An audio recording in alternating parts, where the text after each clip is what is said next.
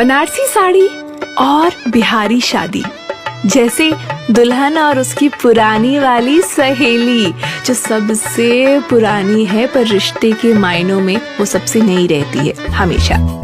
बनारसी साड़ी का मतलब हल्का कुछ भी नहीं, एकदम गाढ़ा, लाल, हरा, पीला, एकदम से गुलाबी।